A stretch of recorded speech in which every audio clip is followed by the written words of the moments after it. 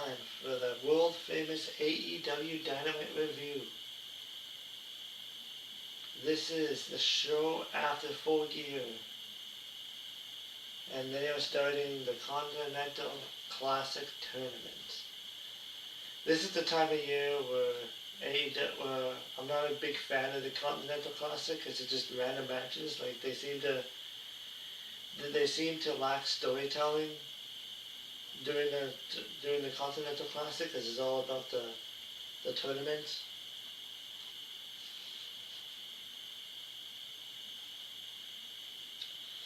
And because the winner gets a shot at the AEW Continental title held by Okada, who hasn't had to defend the title for at least 4 months because he got merged with the international title to form the AEW Unified title.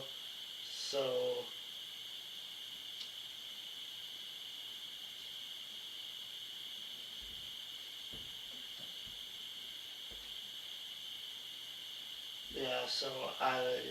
so they're just fighting to see who's going to face him for the title.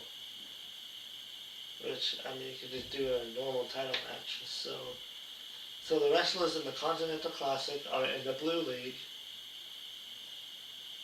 Jon Moxley, Tedesca, Claudio, Orange Cassidy, Roderick Strong, Mascara Dorado, and in the Gold League is AEW Unified Champion Okada, Kyle Fletcher, Darby Allin, Pac, Kevin Knight, and Mike Bailey.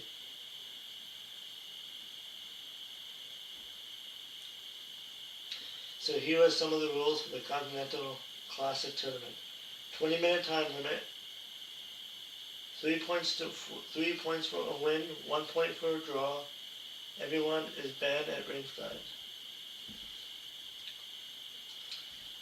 The 2 finalists in the Continental Classic will compete for the AEW Continental Championship at the World's End pay-per-view on December 27th, 2025. And what that means is Okada could lose the Continental title if he's not in the finals of the tournament.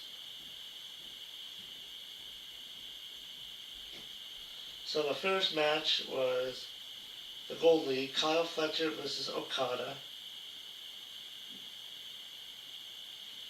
This was a 17-minute match, and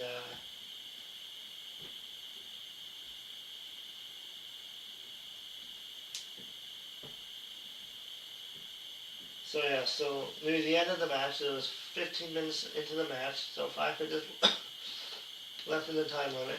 Okada went for a backslide, pinned for 2, then he held on and hit a Rainmaker lariat. Kyle ducked another lariat, and Kyle lawn darted Okada into the middle turnbuckle. Kyle hit a sit-up powerbomb from 2. Kyle hit a running kick on Okada against the turnbuckle. Okada countered a move with an eye gouge. Okada went for the Rainmaker, but Kyle countered it.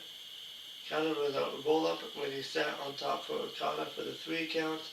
Went 17 minutes, a great match. They started slow because they were friends, but then it really got going and they had some believable near falls through the match. Kyle beating Okada with a cradle. Like that's the way to show it was a close match, and the finisher wasn't used to win the match. Okada losing is rare, but I liked that it was booked.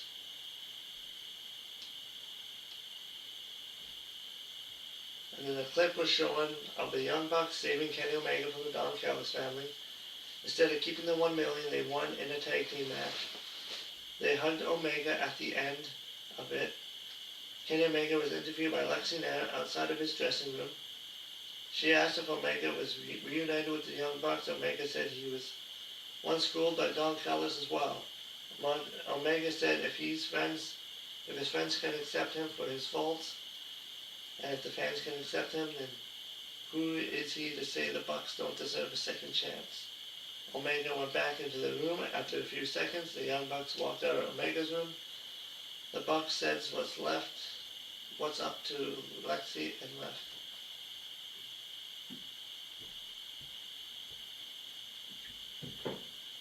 And then they showed highlights of Mark Briscoe beating Kyle Fletcher for the TNT title to win it. And then a bloody Mark Briscoe was backstage with the TNT title after his match at Full Gear. Mike said he lost the most important thing to him, his brother. Mike said it's been a long road since then. Mike spoke about all the failures, losses, and disappointments. Mike talked about his family and the conglomeration. Mike said he's got his road family and his home family. Mike said that this is for both of them, while mentioning his nephews, nieces, parents, wives, kids, Delaware, and so on. Mike pointed to the heavens and said, "This is for you," as he spoke to his late brother Jay. And then next was the AEW Women's Tag Team Championship Tournament semifinals. Babes of Wrath. Willow Nightingale and Harley Cameron versus the Sisters of Sin. This match went about 12 minutes, and yes, I was happy with the winners. The winners were Babes of Wrath, Willow Nightingale, and Harley Cameron. And yeah, it was a good tag team match. Harley hit a backstabber on Hart, and Willow hit a sit-out powerbomb on Hart for the pinfall win. But I mean, I also like Julia Hart and Sky Blues, so, but I like Willow Nightingale and Harley Cameron more. So I was glad they won the match. So yeah. And then after that, there was Samoa Joe backstage with the Hops. The new champion Samoa Joe made his entrance, joined by his allies and their Ops. Powerhouse Hobbs and Shibata, the trio Joe, Hobbs, and Shibata are the AEW Trios champions. I mean, they never defend those titles, very, very rarely. Tony Schiavone introduced them for an interview. But Joe told Tony to get his hillbilly arse out of the. Before Joe said much, a car was shown driving out to the building. Swerve Strickland and Hangman Page were shown walking in the parking lot, and both of them had chains with them. Joe told Shibata to go get the scrubs. Joe had a gash at the top of his head since he bled heavily at Full Gear. The Ops Dojo guys went to the ring. Joe called himself a strategist of parallel splendor. Joe talked about how everything went to plan. Good. Ending with Joe beating Hangman to win the AEW World title. Joe called for a video package.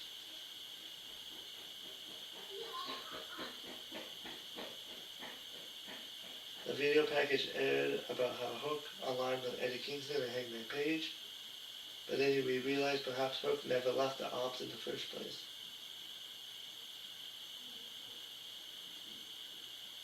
Joe said it was incredible and some of his best work. Joe said, "Now you have a champion that can be called the greatest in the industry." Joe brought out Hook and hugged him, so the fans booed Hook following his heel turn. Hook said that Joe was right, and Hook said that these rednecks are looking at the greatest second-generation wrestler that the business has ever seen.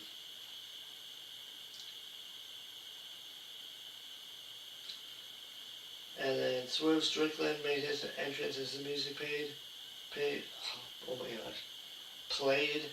Hangman Page was at a bar and had a shot on his way to the ring. They were in the back part of the arena. Page and Swerve beat up some Ops Dojo guys who are indie wrestlers. Swerve and Page each had chains with them. Joe and the Ops ran away while the Ops Dojo guys got beaten up to Swerve and Page. Swerve used a staple gun on a guy's head. Swerve tossed the guy out of the ring. Page and Swerve hit each other, hit power bombs. They each hit power bombs. Page and Swerve choked two members of the Ops Dojo with chains around their necks. Referees finally ran out of there to stop it. So it's kind of interesting that Hangman Page and Swerve Strickland are working together as a team. They had a feud going for a long time. There was an intense feud, intense rivalry, bitter enemies now becoming allies, for now anyways.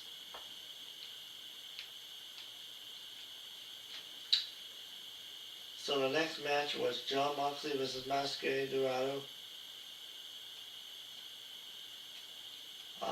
with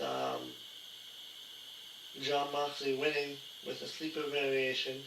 Dorado passed out and Moxley wins the match.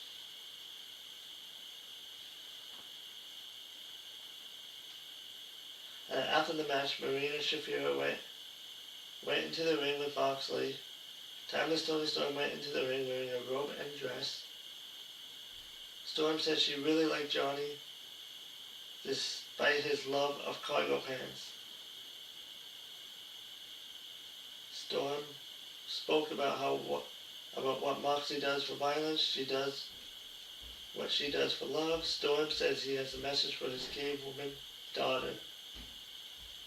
Storm mentioned that her and Nina Shakira got to pick the stipulation for their match against Shafira and Megan Bayne. Storm admitted she can't come up with a match. Storm mentioned seeing her sweet Mina who arrived on the ramp, and Storm said her gift for Mina is 2 slop tarts on a silver platter. So Storm said next Wednesday, it will be a hardcore holiday death match. Ooh, and this is going to be on Dynamite. They're going to have a hardcore match right on Dynamite, the women's match. So that'll be an interesting match for next week.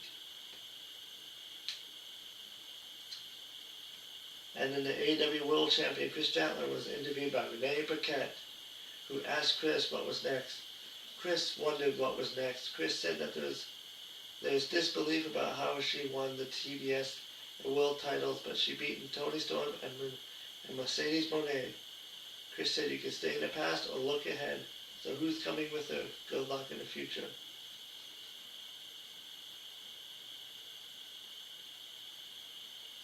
Next was Darby Allin versus Kevin Knight. The announcers mentioned Darby Allin still had burns from blood and guts a few weeks ago, and Allin had tape on his right arm. They exchanged some holds, leading to Knight doing a monkey flip that sent Allin's left leg into the ropes, while on the floor, Knight hit a moonsault off the barricade on a standing Allin on the floor. Allin was able to come back quickly with a suicide dive. They went up top, where Knight hit a belly-to-back suplex off the top. Knight connected with a dropkick that sent Allin out of the ring. Allin came back with a dropkick off the ramp that sent Knight into the barricade. They did a double clothesline spot that knocked both guys, and they did flip bumps after that. They went onto the ramp when Knight hit a DDT on the ramp. Allin was able to counter Knight and hit a code red for 2 counts. Then Knight went up top and hit a coast-to-coast dropkick on Allin. Against the turnbuckle, Knight went up on top and hit the UFO splash for the pinfall win. So yes, Kevin Knight beat Darby Allin, which was a surprise, as you would think Darby Allin will win. But they also used the fact that Darby Allin was not 100%. So, I mean, Kevin Knight is pretty good in the ring, so, yeah.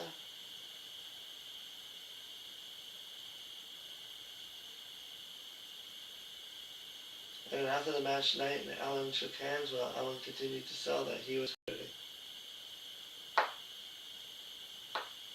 Eddie Kingston was backstage talking to the camera, and he said he doesn't want to talk about Hook right now.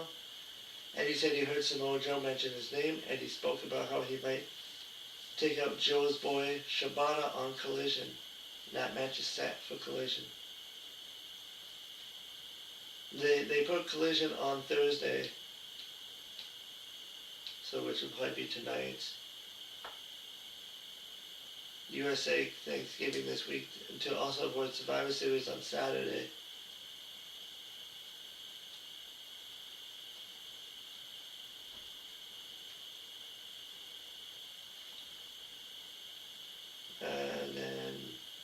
Next match was Claudio versus Orange Cassidy. And after 13 minutes, Claudio won the match.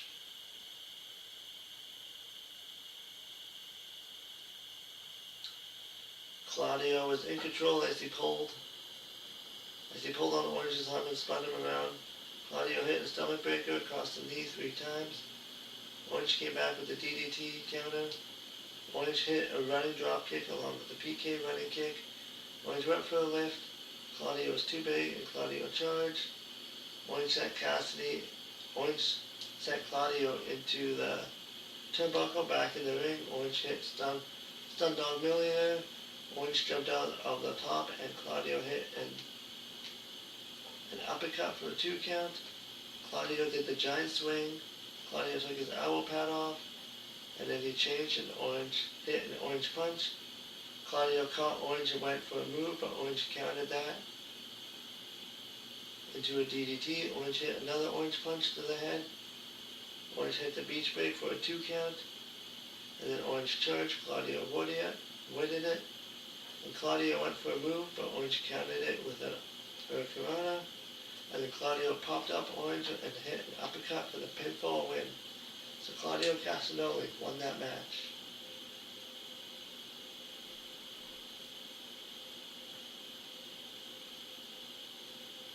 And yeah, and that was Dynamite. Like I said, the Continental Championship focuses a lot on matches and less on storylines, so it's kind of hard to get invested. I mean, the matches are good, but it's just you kind of need stories and storylines to make it more compelling, to make it more must-see. But all the sickos are gonna watch it anyways. So next week on Dynamite, John Moxley will face Claudio Castagnoli, so that should be interesting. So it should be a matchup between two Death Riders.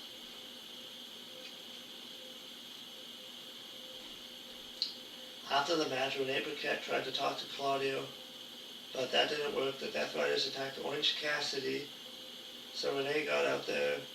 The Don Callis family guys went into the ring to attack the faces. The baby faces in the Continental Classic also went out there to fight. Dorado went up top and hit a moonsault on a bunch of guys watching the ramp, but he didn't get involved. The wrestlers were separated, and the show ended there.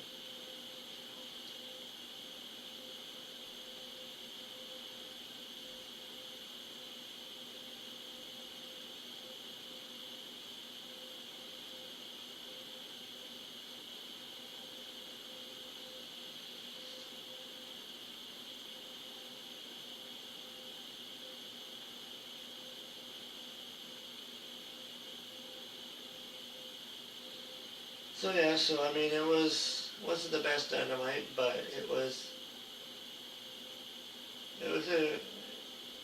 a good wrestling show. I just want to say that. But in terms of stories and yeah, there's not a whole lot because those tournaments take up a lot, and plus the women are also doing their trios tournament. So it's just like nothing but tournaments on the show. I think every match was the tournament base.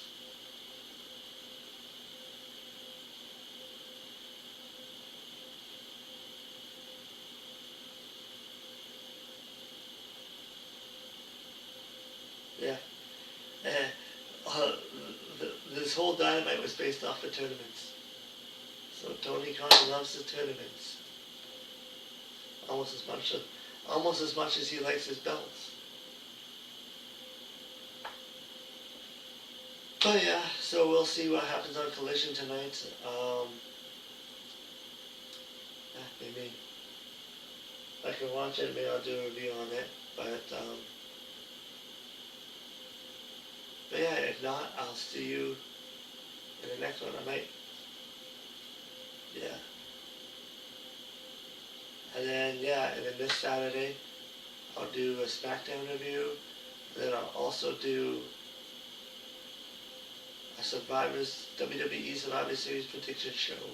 That will be coming, and well as more gaming content, and probably I'll do a reaction video at some point. Probably next week at some point. That's when I have time to do it. On Saturday. But yeah. But until then, I'll see you in the next video. Bye.